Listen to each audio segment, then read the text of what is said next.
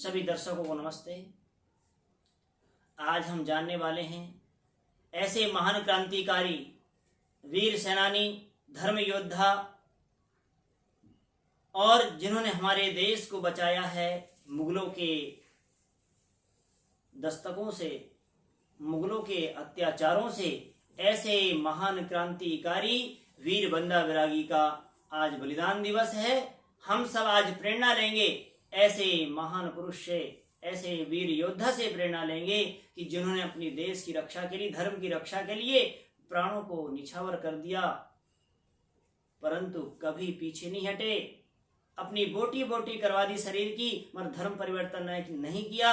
ऐसे महान क्रांतिकारी वीर बंदा बैरागी को आज न युवा जानते हैं, न हमारे युवा पीढ़ी जानती है, न और लोग जानते हैं। आज ये इतिहासों से हमारे युवा पीढ़ियों को वंचित कर रखा गया है।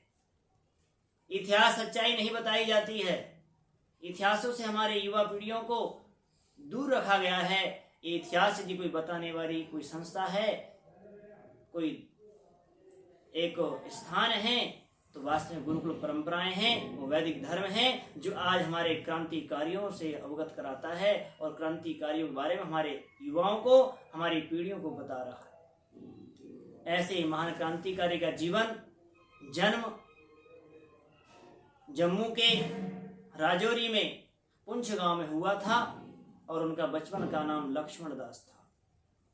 वो शिकार करते थे, बचपन से ही बड़े तेजस्वी, बड़े प्रतापी थे। नेतृत्व करने की कला उनके जीवन में थी। बड़े योद्धा थे, वो हर कलाओं में निपुण थे। और शिकार करते करते एक बार उनके तीर से एक गर्भवती हिरण का देहांत हो गया और तड़पते तड़पते हिरण ने अपना प्राण छोड़ दिए और उसके अंदर उसके पेट में बच्चा था, उसका भी देहांत हो गया। उसके लक्ष्मण दास के मन में आया कि मैंने ये क्या कर दिया। उसे प्रेरणा लिया उसने, और उसने उसी दिन से सब हथियार छोड़ दिए और वो एक माधव दास के नाम से फिर जानने लगा। और वो ऐसे गुरु के पास गया और माधव दास के नाम से उसे जानने लगे, शिक्षा ली और वो ध्यान योगाभ्यास में लग गया, निरंतर आत्मा परमात्मा के चिंतन में लग गया। ऐसे योगी व्यक्ति था वो। फिर गुरु गोविंद सिंह चलकर दक्षिण भारत की यात्रा करते करते नांदेड़ में रुके। नांदेड़ में जब भेंट हुई बंदा वीर माधव दास से, तो कहा कि पूरा इतिहास वृत्तांत सुनाया कि इतना अत्याचार हमारी माँ बहनों पर और हमारे बेटों पर हुआ है। आप माधव दास, जो आप वैराग्य आपके जीवन में हैं, वैरागी बने आप। इसको छोड़कर यदि आप देश की रक्षा करें, राष्ट्र की रक्षा करें, हथियार उठाएं और सेना बनकर, एक सैनिक बनकर इस अत्याचारियों को नष्ट करें। फिर से पुनः वो गुरु गोविंद जी ने प्रेरणा दी और फिर पुनः वो बंदा बहादुर के नाम से जाने गए। सबसे पहले आए तो जो तेग बहादुर के, जिसने सिर को कलम किया था, जलालुद्दीन को मारा। और फिर जो गुरु गोविंद सिंह के 4 पुत्र थे, 2 पुत्र तो युद्ध में मारे गए और 2 पुत्र को सरहिंद की दीवारों में जिंदा चिनवा दिया गया। बार बार उन बच्चों से जोरावर और फतेह सिंह को दीवार में चिनवा दिया गया और बार बार उनको कहते थे कि धर्म परिवर्तन कर लो, तब भी कहते कि नहीं, हम धर्म परिवर्तन नहीं करेंगे। अपने गुरु के, अपने धर्म के प्रति प्रतिष्ठित थे वो बच्चे दोनों, उनको भी जिंदा चिनवा दिया। उसका भी बदला बंदा वीर बैरागी ने लिया। और फिर इधर हरियाणा, पंजाब, करनाल क्षेत्र से इधर पंजाब निकलते हुए लाहौर तक उसने अपने सारे मुसलमानों, मुगलों को छक्के छुड़ा दिए। मुगले थर थर कांपते थे, इस वीर से, योद्धा से कांपते थे। इतना प्रतापी योद्धा था ये।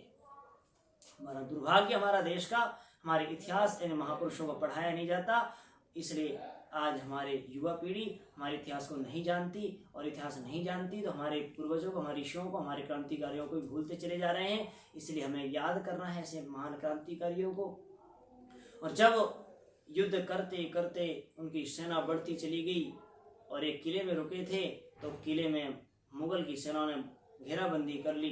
कई दिन तक राशन पानी चलता रहा, मगर अंत में जाके वो सब रास्ता बंद कर दिए गए थे और फिर उनको अंत में वहां से बाहर निकलना पड़ा, क्योंकि राशन सब समाप्त हो चुका है। और फिर उन मुगलों की सेनाओं ने उसको घेराबंदी करके पकड़ लिया था। 740 सैनिक उनके साथ थे और वीरबंदा को बंदी बनाकर जंजीरों में जकड़कर उसको दिल्ली लाया गया और वहां पर एक एक करके सब सैनिकों रोज प्रत्येक दिन सारे सैनिकों को मारते, 100 सैनिकों को, एक सैनिक को मारते थे सबके उनके सामने। और उसके मन में ये दिखाना चाह रहे थे कि तू अपना परिवर्तन कर दे, धर्म परिवर्तन कर, मुसलमान बन जा। मगर वो कभी भी वो नहीं हुआ, विचलित नहीं हुआ, धर्म नहीं छोड़ा, परिवर्तन मुसलमान नहीं, धर्म को धारण नहीं किया उसने, मुसलमान नहीं बना कभी वो। और अंत में कहते हैं, अंत में उसके बच्चे का हृदय भी उसके मुंह में ठूसा गया और गर्म संकारों से, सलाखों से उसकी चमड़ियां नोची गई और उसके बोटी बोटी हाथ उंगली काटी गई। मगर फिर भी वीरबंदा विरागी ने धर्म परिवर्तन नहीं किया, अपने धर्म पर अडिग रहा। ऐसे महान क्रांतिकारी वीरबंदा विरागी था। और कहते थे, मुगल कहता था कि इतना होने के बाद भी तेरी बोटी बोटी कर दी गई, फिर भी तू अब ऐसी खड़ा है, क्या कारण है? तो वीरबंदा कहता है कि मैं अपने शरीर के बल पर नहीं, मैं अपनी आत्मा के बल पर खड़ा हूं, क्योंकि आत्मा अजर अमर है। वो आत्मिक बल उनके अंदर था। वो आत्मिक बल कहाँ से मिला? योग अभ्यास से, वेदों से, शास्त्रों से, ऋषियों के सिद्धांत से उन्हें आत्मिक बल मिला था। आत्मा के बल पर खड़े हुए ऐसे महान क्रांति वीरबंदा विरागी से आप सभी प्रेरणा लेंगे और संकल्प लेंगे कि हमारे अपने देशों को मुगलों की याताताइयों से, मुगलों के दास्तानों से बचाएंगे और हमारे देश की रक्षा करेंगे। ये बंदा वीरबंदा की पुस्तक है। भाई परमानंद क्रांतिकारी हैं, इनके लेखक हैं।